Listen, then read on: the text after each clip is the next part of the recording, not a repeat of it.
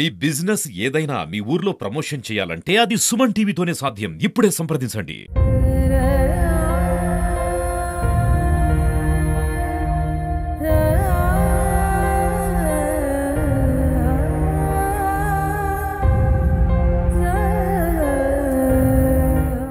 నాకు ఈడ ఓళ్ళు హెల్ప్ చేస్తలేరు సార్. నేను అందరిని అడిగినా సార్, ఈడ పని లేదు ఏం లేదు సార్. నాకు ఈడ బాగా ఇబ్బంది అవుతుంది సార్. నేను కూడా ఉంటానో బతుకుతానో చస్తానో నాకు కూడా గ్యారెంటీ లేదు సార్. జర హెల్ప్ చేయండి సార్, జర నాకు.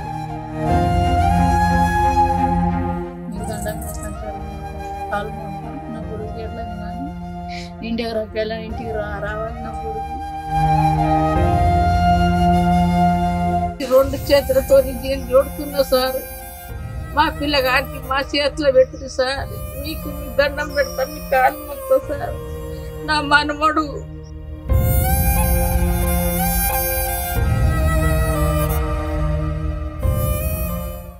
కొడుకు పంపిన అమ్మన్నకి సంవత్సరంన్నర అయింది తోలేసి. సంవత్సరం నుంచి అకామ లేదు. అకామ ఇవ్వమంటే అకామ ఇవ్వలేరు. అకామ ఇవ్వకపోతే పాస్పోర్ట్ తీసుకున్నారు. పాస్పోర్ట్ తీసుకున్నాక ఏం చెప్పారు అంటే అకామ ఇస్తామని చెప్పారు. పైసలు కూడా ఇవ్వలేరు. పైసలు సతాయించారు. పైసలు ఇవ్వాలి ఇస్తాము, నెల వచ్చినాక ఇస్తాము, 2 నెలలకు ఇస్తాము, అట్లనే సతాయించారు. మమ్మల్ని సరి పోయిండు కొడుకు. పైసలు పంపలేడు, పైసలు వేసలేదు కంపెనీ. కొడుకు సతాయించింది అని మా సరి పోయిండు. మా ఆయన పోతే నేను బాకీ తిరుగుతా అని పోయిండు. 5 లక్షలు బాకీ ఉన్నాము. పైసలు నేను తిరుగుతా అని పోతే హార్ట్ వచ్చి చచ్చిపోయిండు. అది హార్ట్ వచ్చి చచ్చిపోయినా కానీ 3 రోజులకే అది దాస పెట్టిర్రు. మాకు చెప్పలేరు. ఫోన్ చేస్తే ఫోన్ లావట్టలేడు మా ఆయన. మరి మా ఆయన ఫోన్ లావడతలేడు, ఏమైంది మరి అని నేను పోయి అర్జెంట్గా చెప్పి పోలీస్ స్టేషన్లో ఉన్నాడు. మీ ఆయన పోలీస్ స్టేషన్లోనే ఉన్నాడు. ఫోన్ ఇయ్యరు, ఫోన్ మాట్లాడనియరు, ఏమి చేయరు ఫోన్ అని చెప్పారు వాళ్ళు. చెప్తే మళ్ళా పోయి మళ్ళా తిరిగే వరకు అందరు ఫోన్ చేసుకుంటారు. మళ్ళీ మా ఆయన నాకు ఫోన్ చేస్తలేడు. మరి ఏమైంది, ఏం చేసారు మా ఆయనకి అని కూడా చెప్పినాను. కేసు చేస్తా ఎర్జెంట్ మీద కేసు చేస్తా అంటే ఆ ఎర్జెంట్ అన్నాడు, చేసుకోపో, మీరు కేసు చేసినా కానీ వాళ్ళు లెంకిచ్చి, పోలీసు వాళ్ళు లెంకిచ్చి వచ్చి మీ ఆయన తీసుకొచ్చి నీ చేతికి ఇస్తారా అని చెప్పిండు. ఎర్జెంట్ ఆయన చెప్పిండు. చెప్తే మరి ఎట్లా మరి అంటే అది చెప్తామమ్మా, ఎమర్జెన్సీలో ఉన్నాడు, అది ఉన్నాడు, టౌన్లో ఉన్నాడు అని ఎర్జెంట్ చెప్పిండు. ఎర్జెంట్ కూడా నాకు తెలియదు అని అన్నాడు ఆ రోజు చెప్తే. నేనే కాల్ చేస్తే ఆ కేర్లైనా ఏం చేసిండంటే ఆయననే ఫోన్ చేసాడు పాపం. ఎందుకంటే మీ ఆయన దొరికిండు అంటే ఆడ ఉన్నాడు అని చెప్తే మా ఆయన ఇగో మీ ఆయన ఉన్నాడు షరీఫ్ అంటే మా ఆయనకి ఈరు నేను మాట్లాడతా అని చెప్తే మీ ఆయన ఎమర్జెన్సీలో ఉన్నాడమ్మా, మీ ఆయన మాట్లాడాడు, ఎమర్జెన్సీలో ఉన్నాడు, మంచిగా అయినప్పుడు నేను వీడియో కాల్ చేసి మాట్లాడిపిస్తా అని చెప్పిండు. చెప్తే సరే సార్ అని చెప్పిన నేను. మళ్ళా చెప్తే మళ్ళా అటు మా వాళ్ళు ఉన్నారు, వాళ్ళు దూరం వాళ్ళు, వాళ్ళకి ఫోన్ చేస్తే వాళ్ళు అన్నారు మీ ఆయన లేడు, మీ ఆయన చచ్చిపోయాడు అంటే నేను ఏడుచుకుంటా నేను ఎర్జెంట్ దగ్గర పోయినా. ఎర్జెంట్ దగ్గర పోతే మీరు చెప్పేదాకా నాకు తెలియలేదు అంటే మరి నీకెందుకు తెలియదు, నువ్వే తెలిసినావు, ఎందుకు తెలియలేవు అని నేను ఆయనకు పోయి చెప్తే నువ్వు చెప్పేదాకా నాకు తెలియలేదమ్మా అంటే నేను పోయి ఎర్జెంట్కి పెట్టి చెప్పినాము. గట్టిగా పోయి చెప్తే నా విమానంతో నాకు తెలియదమ్మా అని కొట్టేసిండు. కొట్టేస్తే మరి మా ఆయనకు ఎందుకు దాచబెట్టరు మరి 2 నెలలు పోయిన 3 రోజులకే జరిపోయిండు. మరి 2 నెలల నుంచి ఎందుకు దాచబెట్టరు, మరి నాకెందుకు కుల్ల చెప్పలేరు అని నేను చెప్పిన. మరి డెడ్ బాడీ ఇదే రప్పించుకుంటారా అంటే సర్వ్ చేస్తారా అంటే డెడ్ బాడీ నేను రప్పించుకుంటా ఇటు అని అన్నా. మొన్న కాల్ చేసారు, నా కొడుకు నంబర్ ఇచ్చిన, కేరళకు నంబర్ ఇస్తే మీ డాడీకి ఎమర్జెన్సీ ఉన్నది, మీ డాడీకి వచ్చి ఊరి చూపు వచ్చి చూసుకొని పో అని చెప్పారు. ఆయన ముందే కుల్ల చెప్పేసారు, మీ డాడీ పానంతో లేదు, చనిపోయిండు, మీ డాడీకి వచ్చి చూసుకొని పో అని అన్నారు. వాళ్ళు దవాఖానలో ఉన్నాడు మీ డాడీ, బరఫ్లేసి ఉంచినాడు అని చెప్తే పోయిండు. మా మొన్నకి పాస్పోర్ట్ కూడా ఇవ్వలేరు, అకామ ఇవ్వలేరు.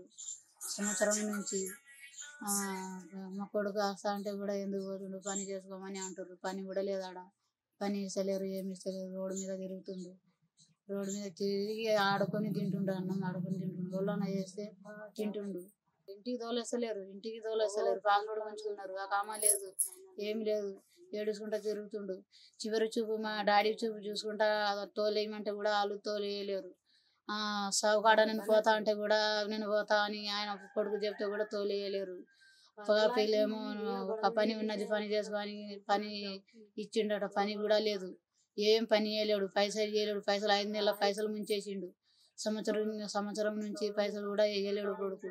అది బాధతోటి మా సరిగిపోయిండు, అటే హార్ట్ అటాక్ చచ్చిపోయిండు. నా కొడుకు వస్తా అంటే కూడా నా కొడుకు పంపిస్తలేరు సార్.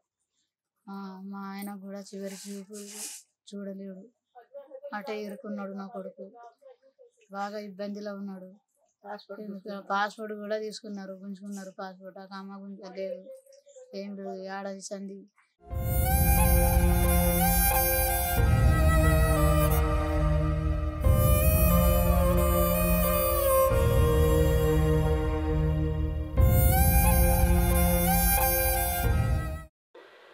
సార్ అందరికీ నమస్తే. నా వంతు నుంచి నమస్తే అందరికీ.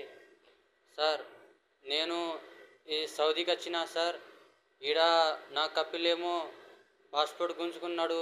నా డాడీకి ఇట్లా చనిపోతే నాకు ఇండియాకి పంపలేరు, ఏం పంపలేరు. నాకు ఈయన్నే ఇరుక్కుపోయినామని నేను రియాద్లో ఇరుక్కున్నా. నేను ఇండియాకి పోతా అంటే ఇండియాకి పంపలేరు, ఏం పంపలేరు. నాకు బాగా స్థాయిస్తున్నారు సార్. నాకు ఇన్ని రోజుల నుంచి ఇన్ని ఉన్నా రియాద్లో, తిండి లేదు, ఏం లేదు సార్. మినిమం ఒక 10 రోజులు అవుతుంది సార్ ఈడ ఇరుక్కున్నా నేను. మీ నుంచి ఒక హెల్ప్ అవుతుందని ఈ వీడియో చేసి మీకు ఎత్తున్నా. మీ నుంచి ఒక హెల్ప్ చేసి నాకు వేయండి సార్, మీకు పుణ్యం అవుతుంది సార్. బాగా ఇరుక్కున్నా సార్. ఈడ నాకు ఓళ్ళు హెల్ప్ చేస్తలేరు సార్. నేను సరేనా సార్, నాకు ఈడ ఓళ్ళు హెల్ప్ చేస్తలేరు సార్. నేను అందరిని అడిగినా సార్, ఈడ పని లేదు, ఏం లేదు సార్. నాకు ఈడ బాగా ఇబ్బంది అవుతుంది సార్. నేను కూడా ఉంటానో బతుకుతానో చస్తానో నాకు కూడా గ్యారంటీ లేదు సార్. హెల్ప్ చేయండి సార్. నాకు మీ వంతు నుంచి హెల్ప్ చేస్తే నాకు పుణ్యం అవుతుంది సార్. మీకు మీ మీడియా వాళ్ళకి నేను ధన్యవాదాలు చెప్పుకుంటా సార్. ఇంతే నేను చేయగలను. నా తడగంతా ఇది కూడా లేదు కాదు సార్. ఇప్పుడు మీకు ఇప్పుడు వీడియో తీసి వింటున్నా సార్. మీ వంతు నుంచి ఒక సాయం చేయండి సార్. సరేనా? సరే సార్. మరి అందరికీ నమస్తే. మరి ఎట్లయినా కానీ నా కొడుకు నా దగ్గర రప్పియాలి సార్. మీకు దండం పెడతాం, మీకు కాలు మోగుతాం. ఎందుకంటే నాకు వయసు కూడా చిన్న వయసు, నా కొడుకు ఇది కూడా చిన్న వయసే. నా కొడుకు ఎందుకంటే టెన్షన్లో ఉన్నాడు. నేను కూడా టెన్షన్లో ఏదో ఒకటి చెప్తున్నా. నాకు కూడా మాటలు వస్తుంది. మొత్తం 5 లక్షలు బాకీ ఉన్నాము. 5 లక్షలు బాకీ ఉన్నామని మా ఆయన అటు పోయి జీవిడిచిండు. ఇటే అయినాయి. చేసినాం. చివరి చూపు కూడా చూసుకుంటా అంటే తోలేయలేరు. నా కొడుకు అటే ఇరుకున్నాడు. ఎట్లయినా కానీ ఈ మీడియా ద్వారా కోరుకుంటున్నాను, నా కొడుకుకి ఇండియాకి రప్పియాలని రేవంత్ రెడ్డి సార్కి కూడా కోరుకుంటున్నాను. అంతదాన్ని నేను పెద్దదాన్ని కానీ చిన్నదాన్ని. మీకు దండం పెడతాను సార్, మీకు కాలు మోగుతాను. నా కొడుకు ఎట్లయినా కానీ ఇండియాకి రప్పియాలని, ఇంటికి రావాలి నా కొడుకు. దండం పెడతాను, కాలు మోగుతాను. మీకు దండం పెడతాను సార్.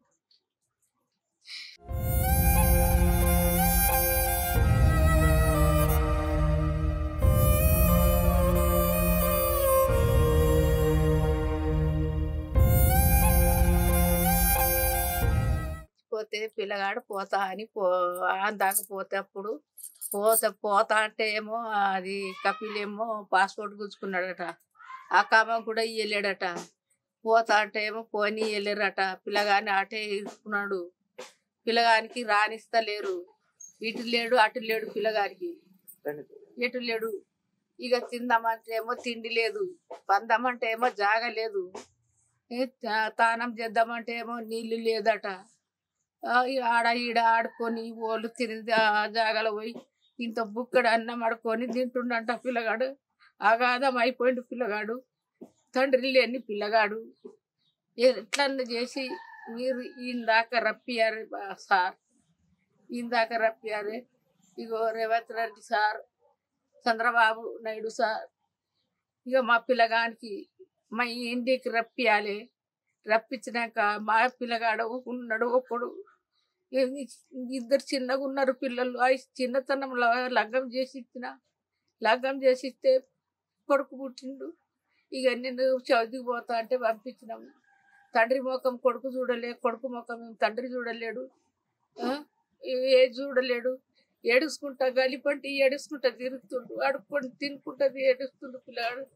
ఎట్లన్నా మీ దయ ఎట్లన్నా మీకు కూడా పిల్లలు ఉన్నాను కదా సార్, మీ కొడుకు అనుకోని సార్, ఎట్లన్నా చేసి పిలవపురి సార్. నాకు రానిస్తలేరు, నాకు అన్నం దొరుకుతలేదు, పుట్టకు వస్తున్నా. నేను ఆడ మనుషులు ఆడ తింటారు, ఆడ పోయి బుక్కడన్నం ఆడుకుని తింటున్నా అని ఏడుచుకుంటా ఫోన్ చేసిండు పిల్లగాడు. మా పిల్లగానికి ఇందాక రప్పియాలి సార్. ఎట్లన్నా చేసి మా పిల్లగానికి మా చేతిలో పెట్టురు సార్, మీకు పుణ్యం దొరుకుతుంది. 2 చేతులతో నేను చూడుతున్నా సార్, మా పిల్లగానికి మా చేతిలో పెట్టురు సార్. మీకు మీ దండం పెడతా, మీ కాలు మొక్తా సార్. నా మనమడు తండ్రి చచ్చిపోయిన పిల్లగాడు అగాధం అయిపోయాడు సార్. ఎట్లన్నా చేసి మీరే